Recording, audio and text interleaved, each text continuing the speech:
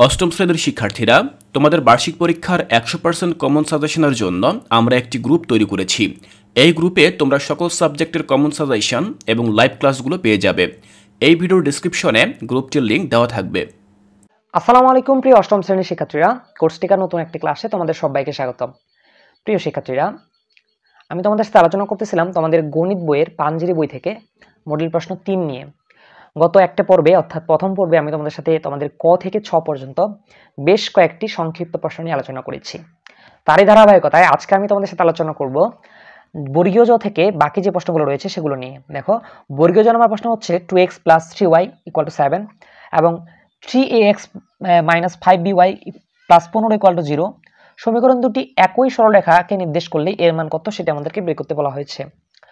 ঝ নাম্বার হচ্ছে উৎপাদকে বিশ্লেষণ করো 1/2x² + 7/6x + 1/3। এটাকে উৎপাদকে বিশ্লেষণ করতে বলা হয়েছে। ই নাম্বার প্রশ্ন হচ্ছে 999 এর সাপেক্ষে 6 এবং 104 এর সাপেক্ষে 9's কমপ্লিমেন্ট এবং 10's কমপ্লিমেন্ট নির্ণয় করো। ট নাম্বার প্রশ্ন হচ্ছে একটি ঘড়ি যদি তুমি 3500 টাকায় ক্রয় করো এবং 4200 টাকায় বিক্রয় করলে তার শতকরা কত লাভ হবে সেটা বের করতে বলা হয়েছে। ঠ নাম্বার হচ্ছে একটি বৃত্তের চিত্র দেওয়া রয়েছে এবং বলা হয়েছে কোণ BDC = 40 এবং ACB = 35 হলে কোণ ABC এর মান কত সেটি আমাদেরকে বের করতে বলা হয়েছে। তো ড নাম্বার হচ্ছে অনেকগুলো সংখ্যা দেওয়া রয়েছে এবং এই সংখ্যাগুলো থেকে আমাদের বলা হয়েছে উদ্দীপকের উপাত্ত থেকে শ্রেণীর ব্যবধান 5 ধরে গণসংখ্যা অর্থাৎ শ্রেণী সংখ্যা কত হবে সেটি আমাদের বের করতে বলা হয়েছে। তো শিক্ষার্থীরা, চলো এবার আমরা এগুলোর উত্তর দেখে নেই। তো দেখো, তোমাদের জ নাম্বার প্রশ্নে বলা হয়েছিল 2x + 3y = 7 ও 3ax - 5by + 15 = 0। সমীকরণ দুটি একই সরলরেখাকে নির্দেশ করলে এর মান কত সেটি আমাদেরকে বের করতে বলা হয়েছিল। তাহলে এই উত্তরটা আমরা এভাবে করব যে প্রদত্ত সমীকরণ যেটা দেওয়া ছিল 2x + 3y = 7। এখান থেকে যদি আমরা y এর ভ্যালুটা বের করি এটি আসবে -2/3x + 7/3। এটি হচ্ছে 1 নং সমীকরণ বানিয়ে দিলাম। এখন দেখো, আরেকটি সমীকরণ ছিল 2ax + 5by + 15 = 0। এখানে y এর ভ্যালু যদি আমরা y এর মানটা বের করি এটি আসবে 3ax/5b + 15/5b = 2 নং সমীকরণ। এখন আমাদের কাছে 1 নং সমীকরণ আছে এবং আমাদের কাছে 2 নং সমীকরণ আছে। তো এখন আমরা মূলত এখান থেকে এর মান বের করতে পারবো, দুইটাকে সামঞ্জস্য বা সমান দেখিয়ে আর কি। দেখো, 1 নং এবং 2 নং সমীকরণ থেকে আমরা বলতে পারি যে দেখো, প্রথমে ধ্রুব সংখ্যাটা এখানেও ছিল 7/3, এটা কার সমান হবে? এই 7/3টা হবে এই ধ্রুবপদের সমান,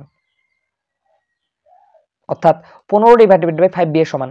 তাহলে আমি লিখেছি 7/3 / 15/5b, বা এটাকে আমরা এভাবে লিখতে পারি, মনে করি 5 একে 5 3 5 15, তাহলে এখানে থাকবে b/3। এখানে 7/3 ছিল, 7/3 রাখলাম। এখান থেকে যদি আমরা b এর মানটা বের করি তাহলে দেখো 3 3 9, এখানে 7, তাহলে এখানে b = হবে 9/7।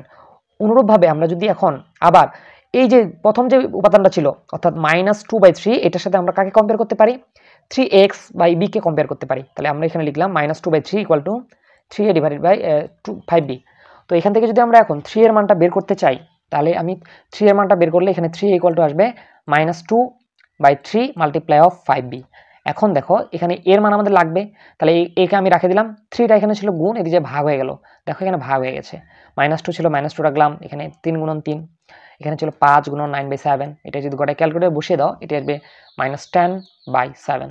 তো এই ছিল তোমাদের জ নাম্বার প্রশ্নের সমাধান। আশা করি বুঝতে পেরেছ। চলো এবার আমরা ঝ নাম্বার প্রশ্নটি দেখে নিই। ঝ নাম্বার প্রশ্নে বলা হয়েছে 397কে সূত্রের সাহায্যে ঘন নির্ণয় করো। তাহলে আমরা লিখতে পারি যে প্রদত্ত সারণীর ঘন, দেখো এই যে সংখ্যাটার ঘন চিহ্ন মানে কিউব ব্যবহার করলাম। এবার 397কে আমরা কি লিখতে পারি? আমরা দুটি সংখ্যার যোগফলও প্রকাশ করতে পারি অথবা বিয়োগফল রূপে প্রকাশ করতে পারি। তো আমি অঙ্কটা বিয়োগফল রূপে প্রকাশ করে তোমাদেরকে সমাধান করে দেখাচ্ছি। দেখো, এই যে 397কে আমরা লিখতে পারি 400 - 3, কারণ 400 থেকে 3 চলে গেলে থাকে কত? 397, তাই না? এখন a পাইছি b পাইছি, এবার a + b হোল কিউবের বা a - b হোল কিউবের ফর্মুলা ফেলতে হবে। তাহলে যেহেতু এখানে মাইনাস, তার জন্য মাইনাসের ফর্মুলা। তাহলে আমরা জানি a কিউব - b কিউবের ফর্মুলা হচ্ছে a - b a স্কয়ার। আমরা জানি a কিউব - b কিউবের ফর্মুলা হচ্ছে a cube - 3a² b + 3ab² - b cube, তাই না? তো এখান থেকে আমরা ফর্মুলাটা ব্যবহার করব। তাহলে a কিউব, a বলতে 400 কিউব, তারপরে মাইনাস সূত্রে 3, a² বলতে 400 স্কয়ার, b বলতে 3 + 3ab²। 3a বলতে 400, বি স্কয়ার বলতে 3 উপর স্কয়ার মাইনাস বি কিউব মানে 3 উপর কিউব। এখন দেখো এটাকে যদি তোমরা 400 কে যদি কিউব করো এটি আসবে 6 4 এবং 6 এটা 0, এখানে মাইনাস ছিল মাইনাস রাখলাম, এটাকে স্কয়ার করে এবং 3 দ্বারা গুণ করলে এটা আসবে, মানে এখানে 400 কে স্কয়ার করলে আসবে 16, 3টা 0, এখানে 3 আর 3 ছিল 3 রাখলাম, এখানে দেখো এখানে থাকতেছে আপনার এই যে 3 স্কয়ার মানে 9, 3 স্কয়ার 9 রাখলাম, এখানে 400 ছিল 400 রাখলাম, আর 23 এর উপর কিউব মানে হচ্ছে আপনার 27। এখন দেখো এগুলো সবগুলা যদি তোমরা এগুলো সবগুলাই পাওয়ার টাওয়ার গুণটুন করে যদি সবগুলাই যদি তোমরা ক্যালকুলেটরে বসিয়ে দাও এটি আসবে প্রায় 62,57,773। আশা করি বুঝতে পেরেছ। চলো এবার আমরা ইও নাম্বার প্রশ্নটি দেখে নিই। দেখো ইও নাম্বার প্রশ্ন বলা হয়েছিল যে 999 অর্থাৎ 9999 এর সাপেক্ষে 6 এবং 104 এর সাপেক্ষে 9's কমপ্লিমেন্ট ও 10's কমপ্লিমেন্ট নির্ণয় করো। তাহলে উত্তর আমরা এভাবে করব, ধরি বি ইকুয়াল টু 6, তাহলে 999,000, তাহলে 999 এর সাপেক্ষে বি এর 9's কমপ্লিমেন্ট হবে বি স্টার। আমরা 9's কমপ্লিমেন্টকে বি স্টার দ্বারা প্রকাশ করতেছি। তাহলে 9,999 থেকে 6 বাদ দিতে হবে, কারণ বি এর হলো 6 বাদ দিলে এটি থাকবে 9,009, অর্থাৎ এটি থাকবে 993। 999 থেকে 6 বাদ দিলে থাকবে 993। এখন এটা হচ্ছে 9's কমপ্লিমেন্ট, আমাদের বলা হয়েছিল 10's কমপ্লিমেন্ট কত বের করতে হবে, তাহলে 9's কমপ্লিমেন্টের সাথে যদি আমরা 1 যোগ করে দেই তাহলে এটা হচ্ছে 10's কমপ্লিমেন্ট। তাহলে দেখো তাহলে বি এর 10's কমপ্লিমেন্ট হবে, আগে যে বি স্টার ছিল না ওই বি স্টার সাথে এখন 1 যোগ করতে হবে, তাহলে বি স্টার প্লাস 1, তাহলে বি স্টার হচ্ছে বোঝাচ্ছে 9's কমপ্লিমেন্ট আর এই ডবল স্টার মানে বোঝাচ্ছে 10's কমপ্লিমেন্ট। তাহলে আগে ছিল কত 993 বসালাম আর এর সাথে 1 যোগ করলে এটা 10's কমপ্লিমেন্ট হয়ে যাবে, এটা আসবে 994। সেম ভাবে আমরা ধরে নিব সি ইকুয়াল 104, তাহলে আমরা 999 থেকে 104 বাদ দিব আর এটাকে 1's কমপ্লিমেন্ট, এটাকে সি স্টার দ্বারা প্রকাশ করলাম, তাহলে 99 থেকে 104 বাদ দিলে আসবে এটা 895, রাখলাম 895। এখন এটা আমাদের 10's কমপ্লিমেন্ট করতে হবে, তাহলে 10's কমপ্লিমেন্ট মানে কি সি স্টার প্লাস 1, অর্থাৎ সি এর 1's কমপ্লিমেন্টের সাথে মানে 9's কমপ্লিমেন্টের সাথে 1 যোগ করতে হবে, তাহলে সি এর 9's কমপ্লিমেন্ট পাইছিলাম আমরা কত 895, এই 895 সাথে 1 যোগ করলাম এটা আসছে 896। তো এই ছিল আমাদের ইও নাম্বার প্রশ্নের সমাধান। আশা করি তোমরা সুন্দর মতো করে বুঝতে পেরেছো। চলো এবার আমরা ঠ নাম্বার প্রশ্নটা নিয়ে আলোচনা করি। দেখো তোমাদের ঠ নাম্বার প্রশ্ন হচ্ছে একটা বৃত্ত দেওয়া রয়েছে এবং এই বৃত্ত থেকে বলা হয়েছে যে কোণ বিডিসি ইকুয়াল টু 40, দেখতে পাচ্ছ যে বিডিসি অর্থাৎ বিডিসি এটা হচ্ছে 440 দেখলাম, এবং এসিবি অর্থাৎ এসিবি এটা দেওয়া আছে 35, এবং আমাদেরকে বলা হয়েছে এবিসি কোণের মান কত এটা বের করো, অর্থাৎ এই যে এ বি সি এই যে অ্যাঙ্গেলটা আছে এই অ্যাঙ্গেলটা কত আমাদের বের করতে বলা হয়েছে। তাহলে উত্তর আমরা লিখব যে বৃত্তস্থ এবি চাপের উপর দণ্ডায়মান কেন্দ্রস্থ কোণ হচ্ছে মানে কোণগুলো হচ্ছে এসিবি ইকুয়াল টু 35 এবং এডি মানে এডিবি ইকুয়াল টু হচ্ছে, এবং অর্থাৎ এসিবি এবং এডিবি হচ্ছে 35 কারণ কোণগুলো সমান, এবং ডি কোণটা হচ্ছে বহিস্থ কোণের অনুপাত অর্থাৎ যোগফল। তাহলে এডিবি প্লাস বিডিসি, তাহলে এডিবির জায়গায় 35 প্লাস ছিল প্লাস রাখলাম, এবার বিডিসি জায়গায় 40, এটা যোগ করলে আসবে 75।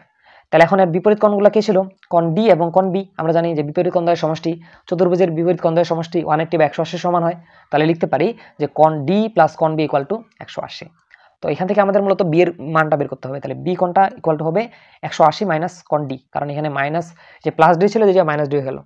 তাহলে দেখো এখানে বি কোণটা ছিল রাখলাম, এখানে তোমরা যদি 180 ছিল 180 রাখলাম, ডি কোণের ভ্যালু আমরা পেলাম একটু আগেই 75 বাদ দিলাম, তাহলে 180 থেকে 75 বাদ দিলে থাকে 105। তাহলে আমরা বলতে পারি কোণ এবিসি ইকুয়াল টু 105 ডিগ্রি। আশা করি বুঝতে পেরেছ। তো চলো এবার আমরা ট নাম্বার প্রশ্নটি দেখে নিই। দেখো ট নাম্বার প্রশ্নে বলা হয়েছে একটি ঘড়ি 3500 টাকায় ক্রয় করে যদি 4200 টাকায় বিক্রি করা হয় তাহলে শতকরা কত লাভ সেটা আমাদের বের করতে বলা হয়েছিল। তাহলে দেখো এর উত্তরটা আমরা ভেবে লিখবো, শতকরায় লাভের পরিমাণ বের করব। তাহলে সূত্রটা হচ্ছে বিক্রয় মূল্য মাইনাস ক্রয় মূল্য ডিভাইডেড বাই ক্রয় মূল্য ইন্টু 100%। বিক্রয় মূল্য জায়গায় বিক্রয় মূল্য অর্থাৎ 4200, ক্রয় মূল্য জায়গায় ক্রয় মূল্য 3500, আর ক্রয় মূল্য ছিল 3500 রাখলাম ইন্টু 100 করলে এটা আসবে মোটামুটি 20%। তাহলে এই ছিল আমাদের ট নাম্বার উত্তর। আশা করি বুঝতে পেরেছো। চলো এবার আমরা ড নাম্বার সর্বশেষ যেই প্রশ্নটা আছে ড নাম্বার এটা নিয়ে আলোচনা করি। নিচে এলাকার কয়েকজন লোকের বয়সের অনুপাত দেওয়া মানে বয়সগুলো দেওয়া রয়েছে, একজনের 71 বছর, তারপরে 68 বছর, 95, এইভাবে অনেকগুলা বয়স দেওয়া রয়েছে। এখন আমাদেরকে বলা হয়েছে প্রদত্ত উপাত্তের শ্রেণী ব্যবধান 5 ধরে শ্রেণী সংখ্যা নির্ণয় করতে বলা হয়েছে। তো আমরা জানি শ্রেণী সংখ্যা নির্ণয় সূত্র হচ্ছে প্রথমত পরিসর বের করতে হবে, এবং পরিসর বের করার পর আমাদের পরিসরকে শ্রেণী ব্যক্তি বা শ্রেণী ব্যবধান দ্বারা ভাগ করতে হবে। তাহলে আমরা এখান থেকে পরিসর বের করি, তাহলে সর্বনিম্ন সংখ্যা এখানে 65 এবং সর্বোচ্চ সংখ্যা এখানে 97। তাহলে আমরা জানি পরিসর সমান সমান হচ্ছে সর্বনিম্ন সংখ্যা অর্থাৎ সর্বোচ্চ সংখ্যা মাইনাস সর্বনিম্ন সংখ্যা যোগ 1, এটা করলে আসবে 33। তাহলে এখন শ্রেণী সংখ্যা হবে পরিসর ভাগ শ্রেণীব্যক্তি। তাহলে পরিসর হচ্ছে 33, শ্রেণীব্যক্তি ধরা হয়েছিল 5। তাহলে 33কে 5 দ্বারা ডিভাইড করলে আসবে 6.6। এখন 6.5টা তো ঘর হতে পারে না, তাই না? অর্থাৎ ঘর সবসময় বা শ্রেণী সংখ্যাগুলো সবসময় পূর্ণ সংখ্যা হবে। এই জন্য আমরা 6.6 না ব্যবহার করে আমরা লিখতে পারি 7, কারণ শ্রেণী ব্যবধান 5 বিবেচনা করে শ্রেণী সংখ্যা কয়টা আসবে? 7টা ঘর লিখতে হবে। তো শিক্ষার্থীরা, আজকের এই পর্বে আমি তোমাদের সাথে তোমাদের মডেল 3-এর লাস্ট যে প্রশ্নগুলো রয়েছিল, অর্থাৎ বাকি যে প্রশ্নগুলো রয়েছিল সেগুলো নিয়ে আলোচনা করার চেষ্টা করেছি এবং তোমাদেরকে সুন্দর মতো করে বুঝিয়ে দেওয়ার চেষ্টা করেছি। পরবর্তী পর্বে আমি তোমাদের সাথে বাকি যে মডেলগুলো রয়েছে সেগুলো নিয়ে আলোচনা করার চেষ্টা করব। তো পরবর্তী ক্লাসের আমন্ত্রণ জানিয়ে আজকের এই ক্লাসটি আমি এখানে শেষ করছি। দেখা হবে অন্য কোনো ক্লাসে। আসসালামু আলাইকুম।